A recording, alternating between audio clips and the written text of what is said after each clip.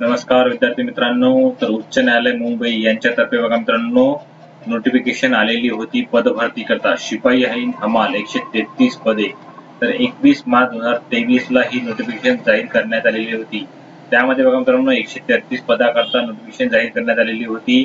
त्या नोटिफिकेशन नुसार विद्यार्थ्यांनी फॉर्म भरलेले होते. 21 मार्च 2023 च्या नोटिफिकेशन जी आली होती त्यानुसार विद्यार्थ्यांनी फॉर्म भरलेले होते एक्झाम करता शिपाई आणि हमाल या पदाकरता.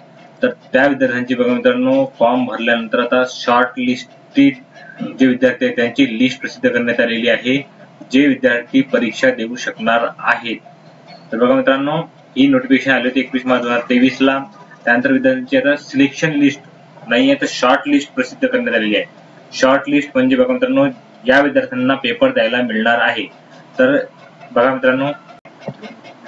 मित्रांनो उच्च न्यायालय मुंबई मुख्यालय मुंबई यांच्या आस्थापनेतील जे शिपाई हमाल पद आहे या पदाकरताच्या लेखी परीक्षेसाठी पात्र उमेदवार परीक्षा शुल्क भरण्याच्या अधीन असलेल्या उमेदवारांची यादीही प्रसिद्ध करण्यात आलेली होती. ही जाहिरात बघा मित्रांनो 21 मार्च 2023 ची आलेली होती.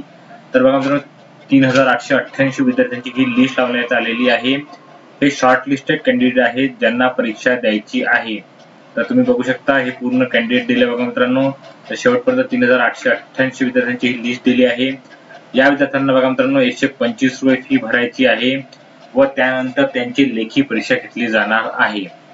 तर तुम्ही जर या पदाकरता फॉर्म भरलेले असेल तर तुम्हाला या लिस्ट चेक करायची आहे. तुमचे जर नाव यामध्ये असेल तर तुम्हाला बघा मित्रांनो 125 रुपये फी भरून तुम्ही लेखी परीक्षा देऊ शकता. जर तुम्ही पुन्हा ही फी भरली नाही तर तुम्ही लेखी परीक्षा देऊ शकणार नाहीये बघा मित्रांनो. तर ही शॉर्ट लिस्टेड कॅन्डिडेटची लिस्ट तुम्हाला आपल्या टेलिग्राम चॅनलवर मिळून जाईल. त्यावर जाऊन तुम्ही ती लिस्ट डाउनलोड करून तुमचे नाव असेल तर बघू शकता मित्रांनो, आणि ज्यांचे नाव असेल त्यांनी कमेंट बॉक्समध्ये जरूर नक्की सांगावं. तर अशाच अपडेट करता आपल्या चॅनलला नक्की सबस्क्राईब करा मित्रांनो. सर्वांना ऑल द बेस्ट. धन्यवाद.